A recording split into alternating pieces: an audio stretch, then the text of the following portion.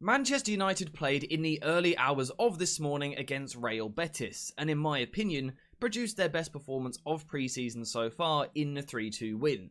So let's take a look at how and why they were so impressive. So as usual, we will start with Manchester United on the ball, and in this game, United persisted with trying to play out from the back, which was a good thing to see.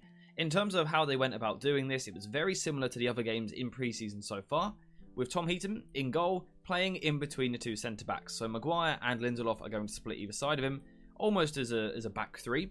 And then you've got the line of four in front of them with the two fullbacks and the two central midfielders. Although the two central midfielders, again, often staggering their movement. They're not often actually playing on the same line as each other. We normally see one of them just a little bit deeper than the other one to try and manipulate and move the opposition. Now, this was an area in this game where I thought United might struggle, because Real Betis so far in pre-season have been quite aggressive with the way that they have pressed. But in this game, that weren't actually really the case. They were fairly passive with their press. There wasn't a ton of intensity to the way that they played, which meant when they did press in slightly lethargic fashion, Manchester United were able to make usage of the spare man, being the goalkeeper or one of the centre-backs, and build up and play through the back fairly easily. So that was good from United. United played through this press fairly easily, but they weren't really properly challenged. The real challenges instead came for United a little bit higher up the pitch when Betis had got back into their shape, normally a sort of 4-4-2 mid-block. The questions were all at Manchester United: can you break them down? Can you progress the ball? Can you find a way to move the ball forward into dangerous areas and create chances from there? And the answer was yes. Manchester United were very, very good in this game at moving the ball forward through the thirds, through the middle of the pitch with quick interchanging play, but also out wide with quick dribbling and skillful play as well. So the question is, how did they do this? How did they get into the positions to progress the ball in so many different areas? Well, it all came from the shape that they used. United often switched to a 3-1-3-3 shape, or you could also call it a 3-diamond-3. Now, the way that they done this often changed. In terms of who was playing what position, it varied quite a lot. One rotation we would see, though, is Casemiro dropping deep between the two centre-backs. So that's going to create our back three. Now, the first thing that this does is allows us to outnumber the opposition's front two. So instantly, United have an advantage in this phase of the pitch. The next thing we are going to do after this is move one player to play as a solo pivot. Now, quite often this was Eriksen, but it could also be Casemiro at times, with Eriksen higher and perhaps a fullback deeper. But let's say normally it was Casemiro, and then Eriksen in this position. Now, the next thing United need to do is create that next line of three. And this came from the wide players, but also Scott McTominay. So Scott McTominay would kind of play at the peak here. And then we could see Amas coming into this position, perhaps at the same time as Ahmad. And then Wan-Bissaka and Rashford providing the width. We can see now this is a 3, then the 1 in midfield, then another line of 3, and then another line of 3 as well. Now, of course, like I've said already, the players in these positions could vary. On this occasion here, we've got Amas playing in the pocket over here. We've got Wan-Bissaka providing the width on the right, with Eriksen playing as our solo pivot. Whereas if we move on to the next situation here, Amas is now wide at the bottom left of your screen, playing as the widest player for United. We've got Rashford in here, we've got Casemiro in here, and Wan-Bissaka is actually playing much deeper. So you can see that this was a rotational shape, but the ideas behind the shape are still very similar. And the idea is essentially to try and get 4 players into midfield like this, in a sort of diamond shape. And the reason you do this, you can see it quite clearly, is because it outnumbers the Real Betis midfield. Betis are starting with 2 central midfielders in their 4-4-2 on paper, so they're clearly outnumbered the second you put 4 Manchester United players in these areas. Now, the result of this is that Betis feel they have to narrow off the middle of the pitch, so you can see actually the right winger here, moving inside almost as a central midfielder. But this is actually now going to leave a real easy passing lane for Manchester United to move the ball out wide, straight away into a 1-versus-1 situation. So this is one of the real positives of the shape that Manchester United are using. And you can see this was a clear tactical instruction, because in the moments when United didn't do it, there were players telling other players to make sure they did. Christian Eriksen here being told by Lindelof, make sure you get in midfield, we need our solo pivot, because Casemiro's left centre-back at this moment in time. And that happens. Eriksen moves inside, and United create this shape once again with this kind of 4, sometimes it's a box, sometimes it's a diamond, but again the key is that we are overloading the middle of the pitch. What I also like though is the variation of runs in these areas. We've got Rashford is kind of looking to go in behind, McTominay is offering more to feet, we've got the feet option in here, lots of different runs from the United players, making it really difficult to deal with for Betis. But the effect of this, all the time, is that because you're overloading the middle of the pitch, you draw Betis incredibly narrow. Look how narrow they are on the pitch here. And that opens up the big switch over to the other side of the pitch where there is now a lot of space. So this is how United moved the ball forward really effectively and why the shape was so good, because it allowed United to overload key areas of the pitch. The next question now is about individual performances. I just quickly wanted to interrupt the video there to give a shout out to today's video sponsor, jerseyfifa.com, the home of affordable football kits. If you use the link in the description down below, you will find yourself a website which has all of the newest releases, home shirts, away shirts, and actually even old classic shirts as well. And if you don't actually want to wear the shirt yourself, I've heard they make a pretty good background display as well. So if you want to get yourself a shirt, use the link in the description and use code JerseyFIFA for 10% off your order. Go check it out. So Erik ten Hag has put Manchester United into a shape which is allowing them to overload key areas of the pitch. Now the players have to deliver from these positions. And to tell the truth, they did. This was really sharp from United. There was some really good play in here. Now, some of this was from Casemiro. I thought he had a really good game on the ball. With a bit more time, a bit more space to operate in, he looked really calm and composed and was kind of pinging the ball about quite nicely. Eriksen also had a good game on the ball, both of these two having plenty of touches throughout the game really. Ahmad, brilliant when he came inside and looked to link the play. Amas just as much as well, even Rashford when he comes inside. I also like the dynamic of Sancho coming deeper, because as he would come deeper, McTominay would rotate and go a little bit higher.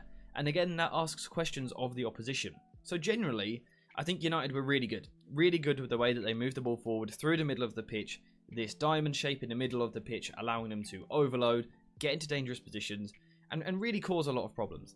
But the more impressive thing for me was the work we done out wide. Because tactically, United are in a position where we're overloading the middle of the pitch. So Betis, as we've seen, react and really narrow themselves off.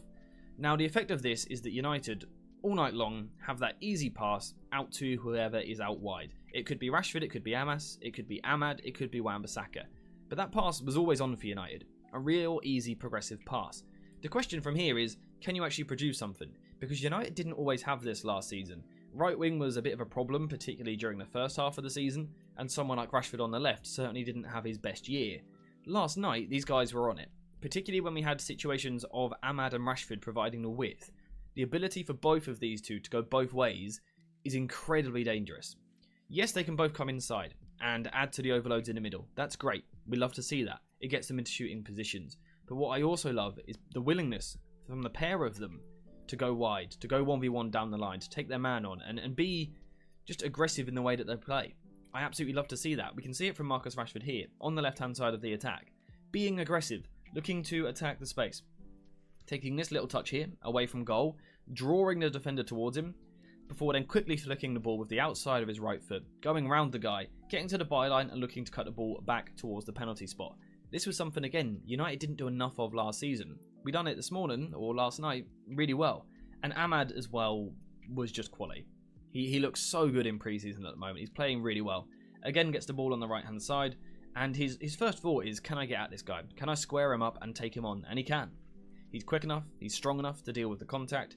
Gets himself towards the penalty area where now you can't touch him, because you're going to give a foul away. He cuts inside onto his left foot, eventually wins that foul, wins the penalty, which Rashford scores. And again, it's really good attacking play from United. It was also reasonably good from a defensive point of view as well though. Now I think defensively is where we all want to see the most improvements from last season. Last season it simply wasn't good enough, there has to be a change. And I think most people will watch that game from last night and feel that there was a massive change. Because United was suddenly winning the ball high up the pitch, we looked really aggressive on the press, Real Betis had no time to really play out from the back, and United were dominant in the battles, in the duels, won the ball back regularly. So there must have been something new from Erik ten Hag in this game, right? Well actually, not really. You see, if we quickly take a look at a clip from very early on in the game, we're going to see something very similar to what we saw last season. A front two playing relatively narrow. Imagine last season this was Højlund and Bruno Fernandes. What we're going to see is that as the ball gets moved towards one side, the winger is going to come in. Marcus Rashford on this situation here, moving inside onto the centre-back, whilst everyone else, as we can see, is man-to-man. Now, we've seen the problems with this, because as Rashford comes inside to apply pressure up here, it's going to leave this guy at the bottom completely open, completely free. And when you've got a ball-playing goalkeeper, you find that space and you move the ball forward. You move the ball into this guy. This now causes a problem for Christian Eriksen. He has to come out towards the ball to deal with it, but that means that the ball can get moved inside. This isn't actually great pressing from Manchester United. So what were the key differences? Because the shape on paper initially is relatively similar, but there are two main differences. One is that United were the far more intense side in this game. Now, it's pre-season, we've got to accept that teams are at different points in their fitness journeys right now, but Manchester United physically were way too good for Betis. And that's a good thing for United, considering Casemiro and Eriksen were in midfield, who we all have question marks over. To physically dominate the opposition with those two is a good sign. I felt that Rashford was intense with his defensive work. Ahmad, again, brilliant defensively. By far United's best defensive winger. But this is one of the changes that United made. They were simply more aggressive than what we were used to seeing last season. However, still realistically, on paper, there is still a problem. We have still got players being pulled out of position. As this ball goes over, United have a problem of the 2v1 down this side of the pitch and ground for the midfielders to cover. So what was the key other change? The fullbacks joining the press. Amas and Wan-Bissaka were both willing to get forward in support of the press, and this meant that Manchester United could win the ball high up the pitch in dangerous positions and attack. And for spells of that first half, which is where I think we should focus, for spells of that first half, United looked like they could score every time they got the ball, and they were able to get the ball on an incredibly regular basis because of the pressing. That's a really good sign for United. Now, I'm not going to go overboard with this because we have seen games in the past where the fullbacks have connected to the press, but then suddenly in the next game they don't do it again. So I'm not going to go overboard with this. But in this game, the pressing was better. Individually, the players were much better than what we've seen in the past. Structurally, that extra man joining the press, though, was also massively beneficial for Manchester United. And then in terms of what we've done on the ball, I like that as well. So overall, it's a good night for Manchester United. Work to be done, definitely, still. Injury concerns, again, always fun. But in general, I think it was a positive night for United. Steps in the right direction, which is exactly what you need at this stage in pre-season. So I'm happy. I hope you guys are. Let me know if you are in the comments down below. Did you stay up and watch the game? If not, have you watched it since? If not, has this video given you a good idea of what happened? Let me know what you think. But apart from that, we are finished for today. So thank you guys for watching. I hope you have enjoyed it. And as always, I'll see you in the next one.